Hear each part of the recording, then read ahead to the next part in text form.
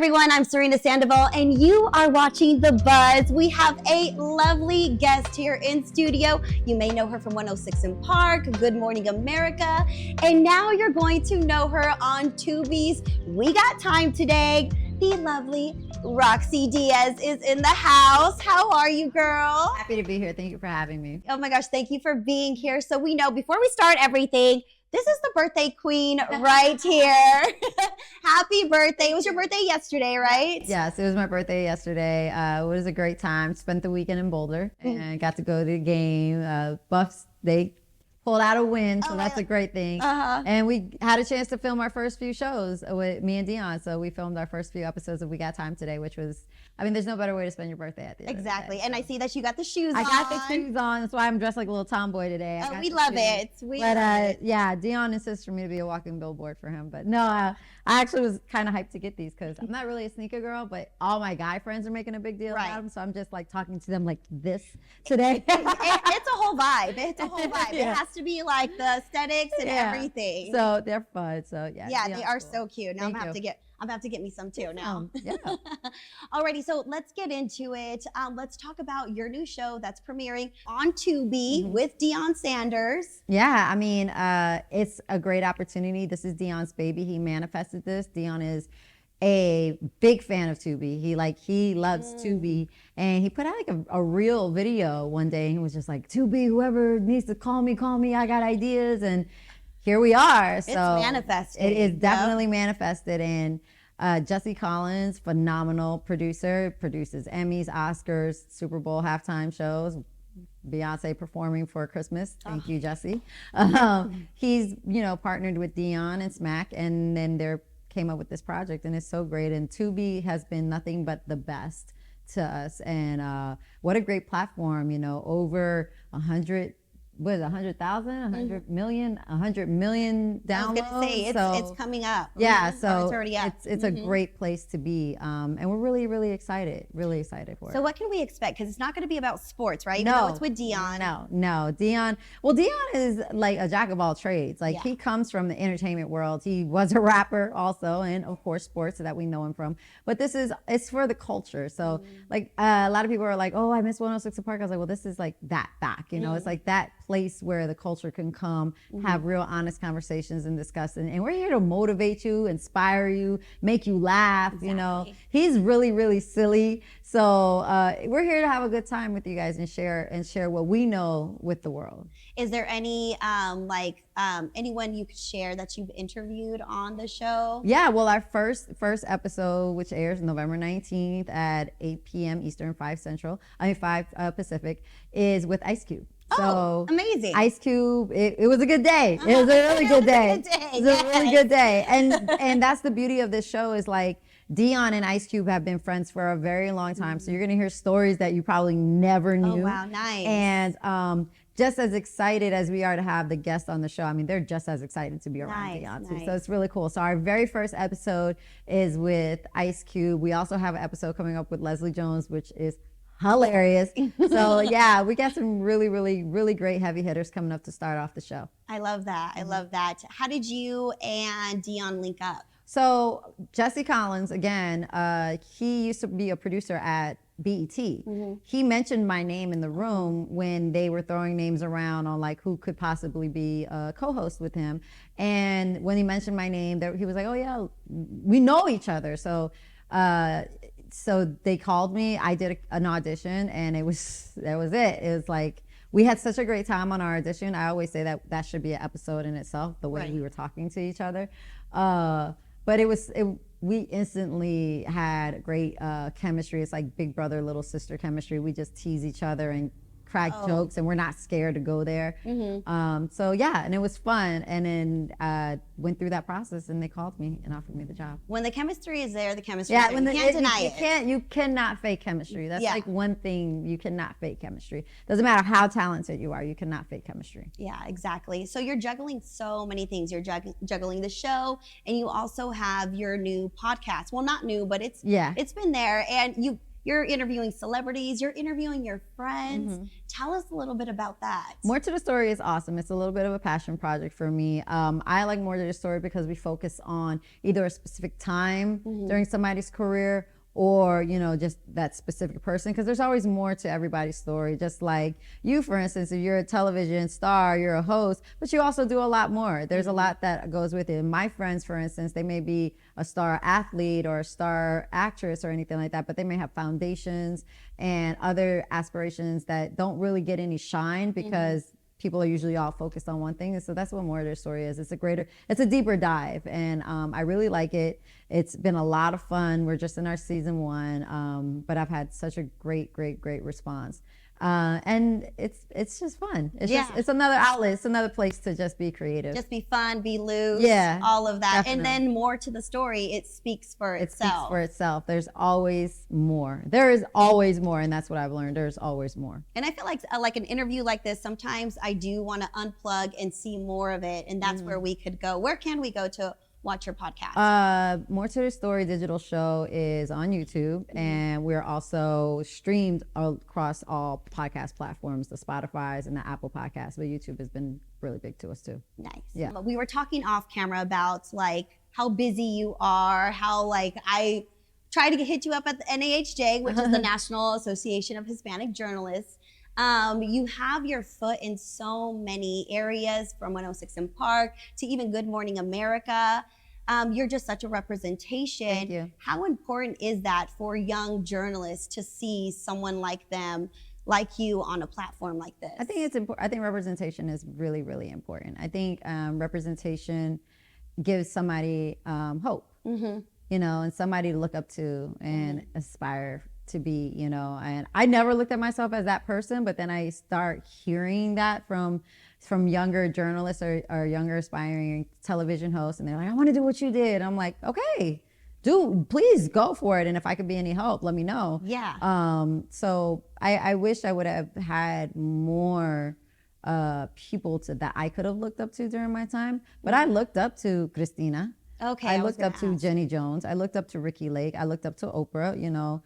I looked up to all of these, Barbara Walters. Like I looked up to these women in this space, and I studied them. You know, I studied their interview styles. Even Larry King, who to me is like by far one of the best of all times.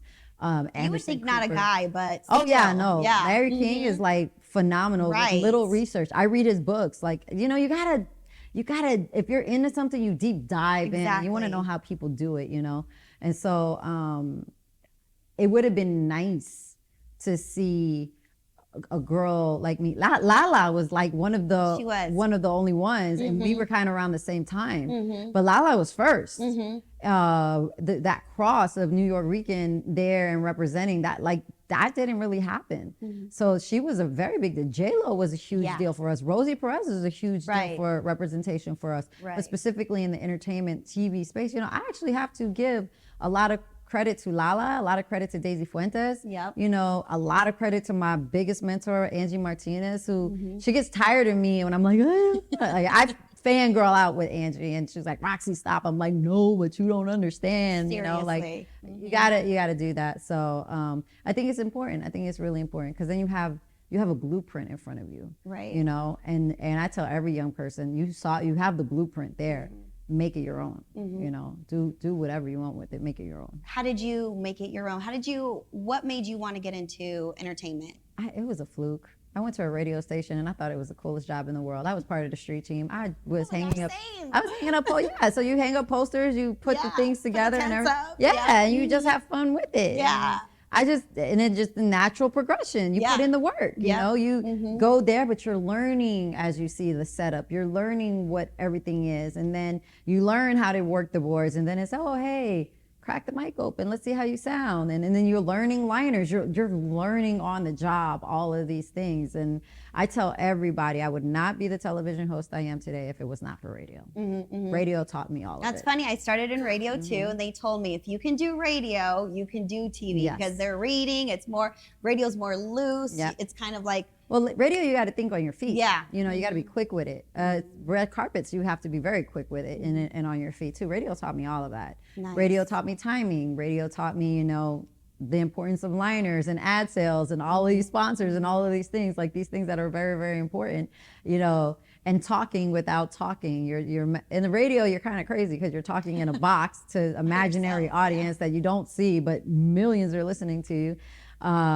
And then you gotta, you know, you flip that in television and you're just talking to the camera, but you learn those foundations of radio. And I really, really, really appreciate my time and accredit my time in radio as to part of the success to my career, to be honest with you. Nice. When you were in the booth, did you ever picture anybody you were talking to? Because I know like some people have like pictures of like their mom right there, or I would always picture like my best closest friends. Oh, yeah. Yeah, Nice. my closest girlfriends, or like, but and then it would be cool because like you have your camera guy here and your producer here. I would always talk to them and I would lean on them too. So I made everybody a part of my show. The DJ, the audience, the listeners, all of them. Everybody was a part of my show. So yeah, the street team would come in. I was like, yeah. You know, everybody was a part of the show. Oh my gosh, I love that. Yeah. I love that you said that it fell in your lap and now you are going to school. Sometimes I feel like we're taught like go to school, do this, do that, and then the job will come. But it's refreshing to hear that it could be done different ways. Yeah, no, definitely. I think we live in an era where college, I will say it, you know, you don't need a degree for everything. And school isn't going to teach you the things that being hands-on will. For me, having the diploma and having a degree was always something that was important to me, something I wanted to do for my family. Like, Mom, here, you can't say nothing anymore. So, but I was in school when I started my radio career, and then I had the opportunity to go and be a full-time jock, which you know is a very big deal in a top 10 market. And I had to make a choice. Awesome. And so my mentor at the time told me you can always go back to school, but you can't always start off in the top 10 market. Go. And so I had to go and I had to get out of my comfort zone. And then it was the best decision I ever made in my life. Wow. Yeah. But now I'm back going to school, and I'm going to an HBCU, which means even more to me because I'm going to a school that I love, and I'm studying something I love to do, and I'm learning, and I'm helping out my classmates as well because I'm answering questions there that they want to know the inside in. So I was like, I can share this knowledge too. I feel like sometimes it's a little better to go when you're a little older. I'm a late bloomer too. Yeah. The college was not in my book. I get it, yeah. You know, but I had to go back. I had to learn everything, and I had more of an understanding of everything. I just feel like when you're younger, you're just told to go, and you're just trying to get a C and get out. But do you feel like you're more focused in? Yeah, because you're going in intentionally, and then you know how much it costs. Right. You're like, I get what this is now. I understand the importance of it. So yeah, you're not going to waste your time nor your money in this. So yeah, no, it's definitely there. So you did radio. How did you transition to make the move into TV? I tried out for a competition that BET was doing, kind of like Who Wants to Be a VJ back in the day. BET was doing a new face search. And they went to over 10,000 households, basically saw over 10,000 people and picked 2 people to be the host of 106 in Park, and that was myself and Terrence. And here she is. Yeah, so it was a big casting call, and I will say this too: if it wasn't for my radio experience, I would not have gotten that job. And Stephen Hill has been very vocal about that. He was like, he was a fan of radio personalities and turning them into television hosts, and that's part of, like I say, all of the reason, but a big chunk of the reason why I got 106 in Park. And that's how that happened. So the entertainment world, there's so many, I would say like gigs, you know, like each gig or each job eventually ends. What do you do when you're kind of waiting in the hallway and waiting for that next door to open? Pray. It's a lot of prayer. There's a lot of prayer. I start to embrace, and I'm getting comfortable in the downtime. But I'm so used to go. So I'm always thinking what's next.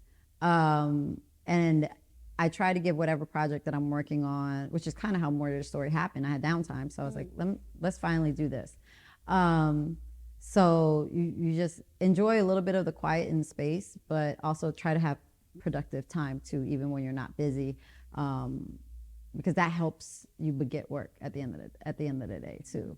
So that's where I'm at with it. But it's definitely a scary time. Yeah. Like especially in this industry, you're like, oh my God, I don't know where the next check is coming from. So So yeah, it's definitely scary, and it happens a lot. What a great question too. Yeah, it happens a lot, but I pray a lot. Oh, I Yeah. love that. I just always have faith though. It's like something's gonna work out at the end of the day. Something's gonna work out. Exactly. And I just feel like if you believe that, that's, what's going to happen. Totally. What would you, what kind of advice would you give to young girls, Latinas, women of color, young girls of color who are trying to break into the industry? What kind of advice would you give them? I would say one, especially if you're trying to be on camera, learn how to do your own hair and makeup. Have one look that you can do and be on camera and be comfortable with, because they will use that against you, which sucks, but they will. And we can't take it personal. You can't take it personally, but we cost more to have on camera. A woman costs more to be on camera than a man. Just not paycheck. I'm talking about what it takes, hair, makeup, wardrobe, all of that stuff.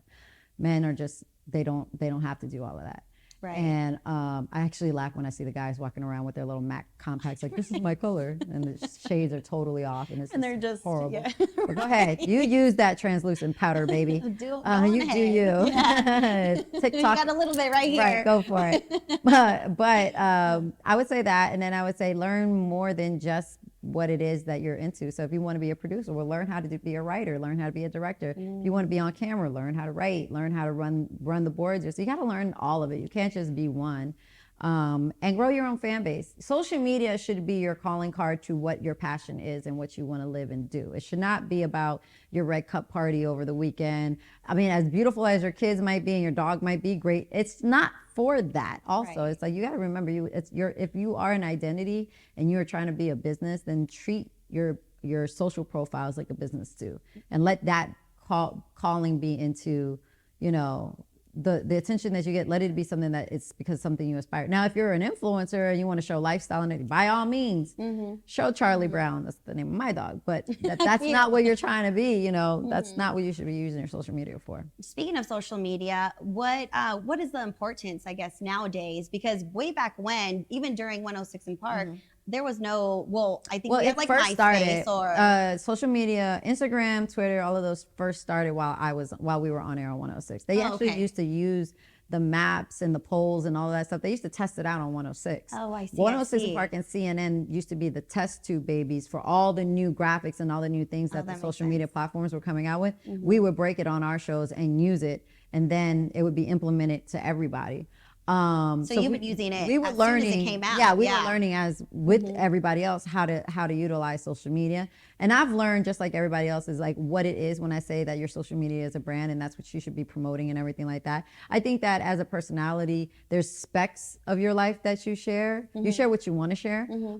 In my sense, it's mainly a lot of work, promoting and stuff like that. But there are specs of who Rocsi is, and like a vacation trip or cooking in the kitchen, or me and Charlie, or like specs. But the majority of everything that's up there for me is my work-based stuff.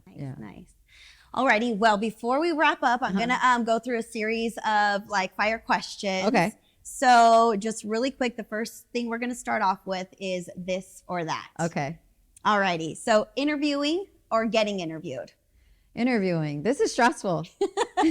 I hate being on this side. I really do.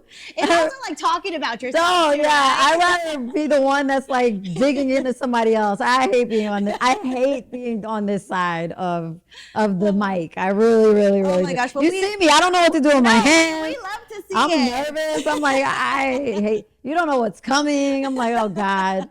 Jeez. It's like more control, right? Yeah, On this side. I'm a control freak, so this is not good for me. Alrighty, the next one: going out for coffee or going out for drinks, cocktails. Does an espresso martini count as? You can have it at any time of the day. Actually, I would say coffee. I'm more of a coffee girl. Yeah. I think adulting is now coffee shops. Yeah. I like going out for coffee. But espresso martinis are my thing right now. Espresso martinis are definitely it. Alrighty, 90s R&B or 2000s rap? 90s R&B. Right. R&B. Hands down. Well, thank you so much for joining us. Don't forget to check out Rocsi Diaz on her new show, We Got Time Today with Deion Sanders, rolling out on Tubi November 19th at 5 p.m. I'm Serena Sandoval, and you just been buzzed.